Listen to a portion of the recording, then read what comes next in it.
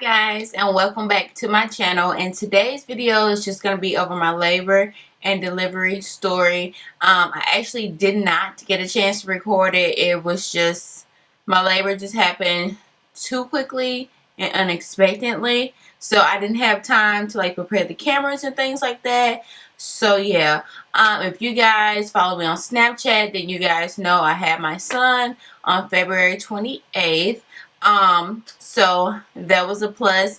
I've been enjoying motherhood to the, like, I love being a mother. It's definitely a feeling that I feel like every woman should experience if they want. I absolutely love it. So yeah, if you guys are interested in my labor and delivery story and meeting Aiden, then stay tuned.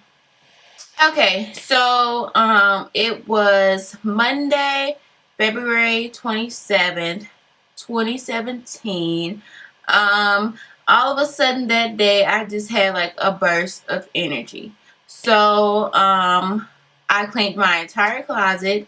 I do not know why, but I cleaned my entire closet and cleaned around the house and things like that, and all of a sudden maybe around 6 o'clock, I started getting cramps. So they were mild cramps. They just felt like light menstrual cramps or whatever. So I thought that they were maybe Braxton Hicks. So I really didn't think much of it until I laid down, and they steady kept coming. Maybe they started off maybe 8 minutes apart. So I'm like, okay, that's no big deal. So they kept coming. An hour later, they started getting closer together, maybe about 6 minutes apart. And they were getting kind of intense as well. So I kept telling my mom, I think Aiden is coming. I think he's coming. And she was starting to make jokes about it, like telling my dad, "Oh, your grandson is going to be here, pretty soon, maybe tonight." So I'm like, okay, you're playing, because I really think I'm starting labor. So, of course, I got on Google, and I started Googling, like, early contractions and things like that, and it was basically matching up to what I was experiencing at the moment. So I decided to go ahead and eat dinner, and then I laid down for about 30 minutes. Around this time, it was about 8 o'clock. The contractions still were coming. They were still a few minutes apart and things like that. So I took it upon myself to give the nurse on call a phone call, and I was just basically explaining to her what happened and everything like that. And she was like, okay, well, just lay down for about 30 minutes, and if they don't stop and something changes, give me a call. So I continued to lay down. All of a sudden I felt like, I don't know like how to explain it, but when you're on your period, like you feel bloated, and I don't know. I just felt like I was literally on my period. So I went to the bathroom and I urinated, and then when I wiped, I had like a few specks of blood, and I'm like, holy shit.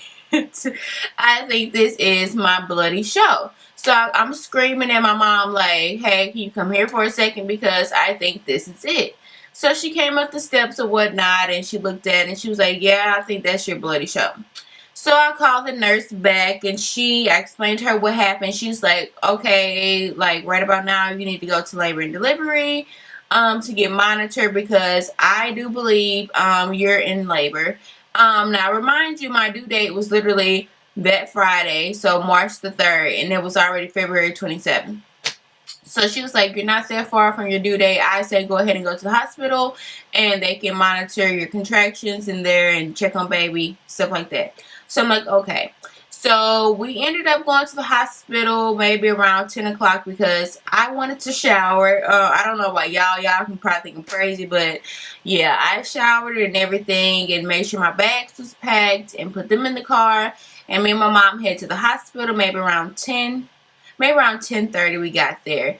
Luckily the hospital wasn't packed, so I was right into my monitoring triage room very, very quickly.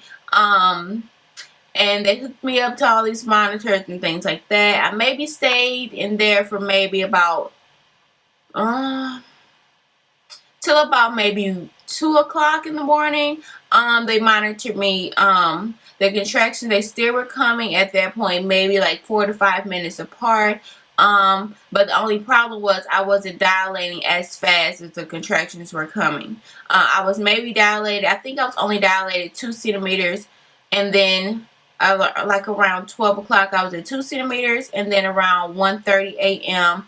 I had went up to 3 centimeters. So the nurse is like, well, you know, let me call your doctor and see what she wants to do. And at this point I'm thinking like, y'all are not getting ready to send me home with these damn contractions like this. Like, they were intense. So I'm like, there's no way I'm going to go home and then I'm pretty sure I'm going to be back up here in maybe like 2 or 3 hours.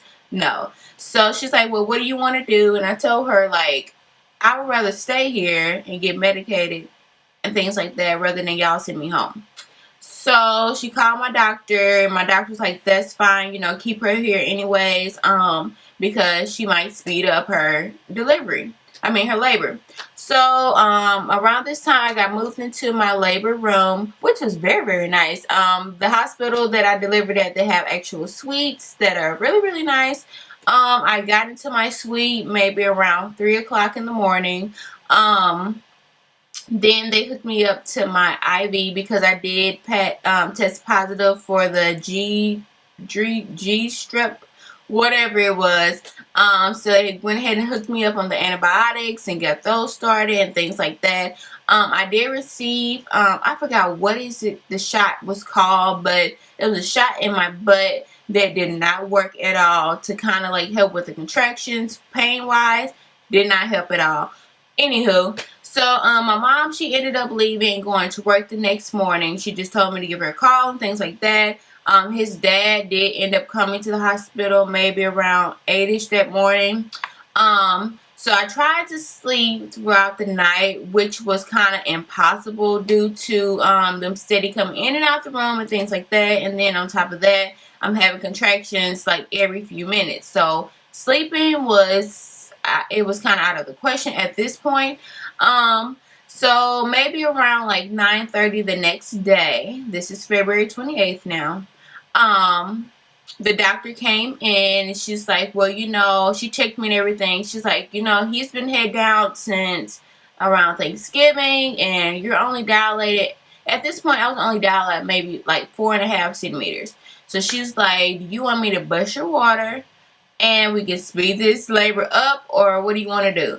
And at this point, with those contractions and like that, like, y'all, I was trying to wait it out. I really was. But with those contractions and like that, I said, girl, bust this bag and let's get it popping. Because it was ridiculous. So she went ahead and she broke my water. Which wasn't painful at all. It just felt like a little bit of pressure. She just took like this little tube thing, stuck it up there, and busted my water. Like I said, it wasn't painful. So then after that, she's like, well, you know, you're pretty much going to want this epidural pretty soon because the contractions are going to come very, very frequently and they're going to hurt. And so I'm like, okay, well, I'll try to wait it out, things like that. You know, I'm an OG. So at this point, as soon as she busted my water, like literally it felt like I pissed everywhere. But it was literally the water leaking out, which was very uncomfortable because, like I said, it felt like I peed on myself constantly. So when I say she was not lying about those contractions coming in, like literally as soon as she broke that water, maybe not even 4 minutes after, those freaking contractions came like that, and they were intense, very intense. So I'm like, oh hell no. Paige the nurse, I'm like, I need epidural. She's like, okay, I'll be in with the consent papers and all this stuff. Come on. So at this point, she brings in the forms and things like that. I'm signing them, and then she's calling the anesthesiologist to tell her, you know, you can make your way up here, blah, blah, blah. Perfect.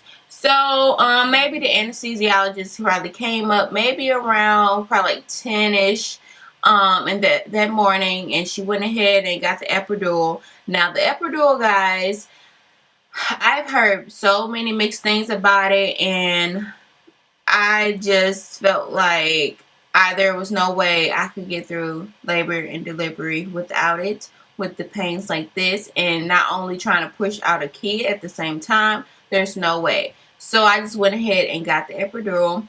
because I know many people are against it, but hell no. So she went ahead and got did the epidural, which it wasn't as bad as I thought. I was more nervous because of the risk for as you getting paralyzed and things like that. So that's my thing. I was more paranoid about that more than anything. It just felt like a lot of pressure being put on my back, like my spine area and things like that, while she was moving whatever she was doing. But anywho, that was that. But when I say that medicine numbed me up like that, like I could not feel a thing. So that was a plus. And of course, you know, if you get epidural, you have to stay in bed. So getting up and going to the bathroom was out of the question. So on top of me feeling like I'm peeing on myself and the whole bottom half of me being numb, like I could not go pee. So of course I had to get a catheter. I didn't feel it, of course. So that was a plus as well because I was a bit nervous about that. So yeah. So around that time, I did get my Pitocin, maybe around 11-ish, I would say, to help speed up delivery. But at that point, since she had broke my water already, like I was already starting to dilate quicker. So they gave me a lower dosage of the Pitocin, to help things or whatever. So around 3:45-ish, she came in and she no. Around 2 o'clock, she checked my cervix again. I was maybe around a 5 then, and she told me, you know, if you feel like you have to poop, call me because you're probably at a 10. And I'm like, okay. So around that time, I'm just lollygagging or whatever, trying to get some rest, but that was clearly impossible because the dang on machine, IV machines just kept going off, kept going off. So I was like completely over trying to get a nap in. So around 3:45, like I kept telling my mom, like I feel like I have to shit, like literally. So I'm like, let me call her. So I called the nurse and she came in. She was like, okay, I'm going to check you or whatever. And at this time, like they really don't try to, like at my hospital, they don't try to check you as much since they broke the water because of infections and things like that. Sorry, my camera cut off. But around 3:45, she checked me again. I was right at 10 centimeters. This is Aiden. I was right at 10 centimeters dilated. So she's like, let me go ahead and call myself and we can get you some practice rounds in, pushing, and that'll give the doctor enough time to make it down the hallway. So I went ahead, I started pushing, maybe around 3:55, the little practice pushes, whatever. The doctor came in maybe around 4:05, and I definitely was pushing and pushing and pushing.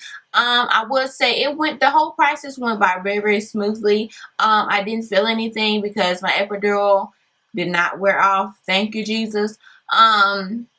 So that was a plus as well. The only thing I would say that I did not like was the fact that the epidural numbed me so much to the fact that I could not feel anything. So she kept saying, like, you're gonna feel pressure, I need you to push down. And I'm like, lady, if this makes sense to you, I can't feel myself pushing. That's how numb I was. So I didn't know if I was pushing enough, if I was pushing at all. I do not know because I cannot feel a thing. But luckily, like the staff was very, very encouraging. My mom and all them was encouraging. So they helped me out with pushing and things like that. They even brought me a mirror so I can see me pushing. So they helped me out very, very much. He was born at 4/27 on February 28th. With a head full of hair like I prayed for, and he is just the cutest stinking thing ever. He's sleeping now, but this is Aiden. Oh, you gotta show the people. This is Aiden. He's asleep. I completely love him. He's the cutest stinking thing ever. So yeah, guys, I will go ahead and insert some pictures of Aiden. He was born at 6 pounds, 6 ounces, 20.5 inches long. So my baby's a little bit long. And yeah, I just completely love being a mother. It's not easy. I will say that it does take a while to get adjusted to because I'm so used to it being just me, you know. But now I have him to take care of, and I'm so thankful for him, and he's just the cutest stinking thing ever in the world. So yeah, you guys would definitely be seeing more of Aiden on my channel. I will be doing like monthly updates on him and things like that, so you guys can see him grow as well as being so cute and handsome. And yeah, guys, so that's pretty much it for my labor and delivery video. If you're a first-time mom and going to experience labor, I would definitely say just relax and just stay calm. Everything should should be all right. For the most part, just trust your doctors and your team there, and you should be fine. Yeah, I wouldn't trade him for the world. So that's pretty much it, guys. If you're new to my channel, don't forget to subscribe, and I'll see you guys in my next video. Bye, guys.